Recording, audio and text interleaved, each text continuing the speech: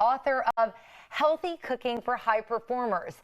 And today, Ella's teaching us how to make homemade hummus. Welcome. Thank you, Gail. I'm so happy to be here again. Yeah, this is great. So a lot of us, we reach for our favorite container at the grocery store, but you say it's pretty easy to make at home. Exactly. My mission is to educate, inspire, and motivate people to give home cooking a try. And that's why most of my recipes are no longer than 5 minutes. I'm a busy professional myself, and if I have to cook for more than 5 minutes, I'm not doing it. So hummus is a major staple in Mediterranean diet, which is world's healthiest diet approach.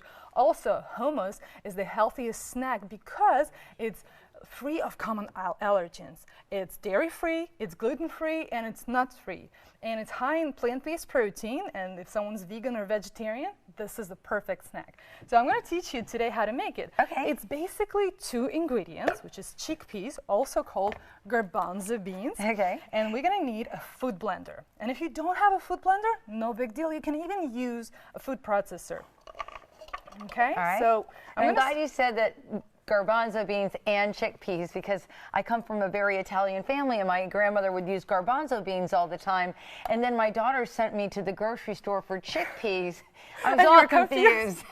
Yes. So I use canned chickpeas, which is totally okay, you know, for busy people that we just I make sure to keep one in my pantry, right? But some folks get to, you know, very creative and they buy organic chickpeas and they cook them, but that takes a while.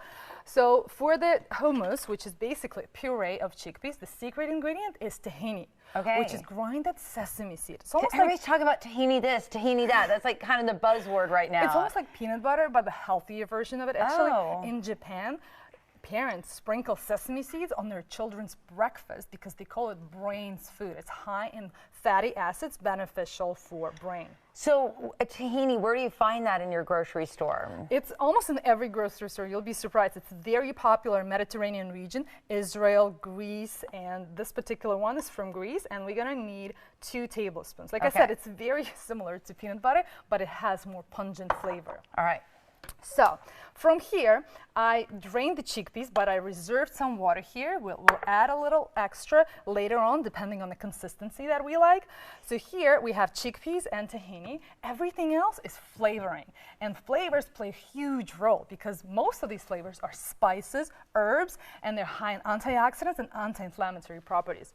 One is cumin, very traditional to Mediterranean diet, but not as popular in American diet. So it adds a ton of flavor.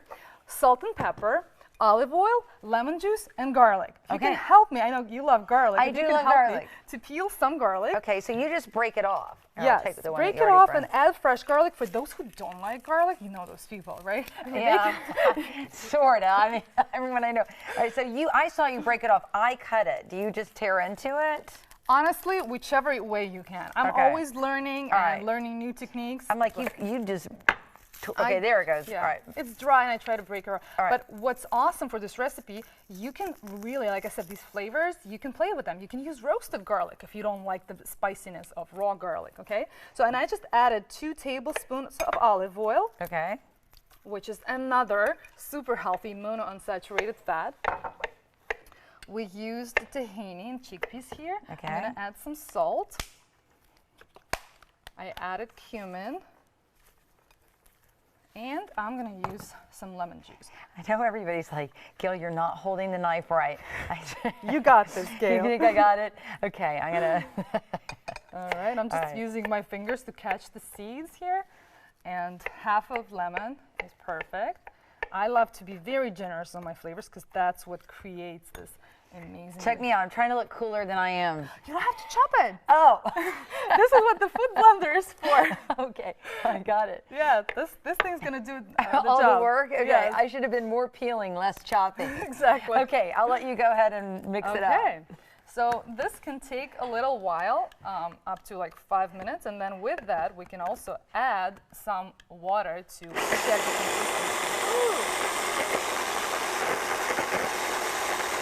This took less than 30 seconds and it's already pureed. Oh, that looks good. Right? And that's what it looks like. It's such a party pleaser. People pleaser, you know, when you have guests over and friends are coming. Look, it took us less than 2 minutes to make this. Way better than the grocery store brand. Right, and you have control over the quality ingredients. We just use all the organic spices, organic herbs, amazing tahini and chickpeas, and look at these different flavors that I created. All I added is cooked beet to this one to make a pink hummus. This one is definitely something that your kids are gonna love, to try. And I added some spinach into the green hummus. It's perfect. And I recommend serving it with veggies. Look at the rainbow of vegetables that I have here. They're high in fiber, and I much prefer serving this over the pita chips because, hummus is a little bit high in carbohydrates, and we don't want to serve them with additional carbohydrates. Okay. And these are high in fiber and nutrients and antioxidants, and it's such a winner and tasty. I love this. This is delicious. Thank you so much, Ella. Yay. We're going to share this recipe with you on our website, bloomtampabay.com.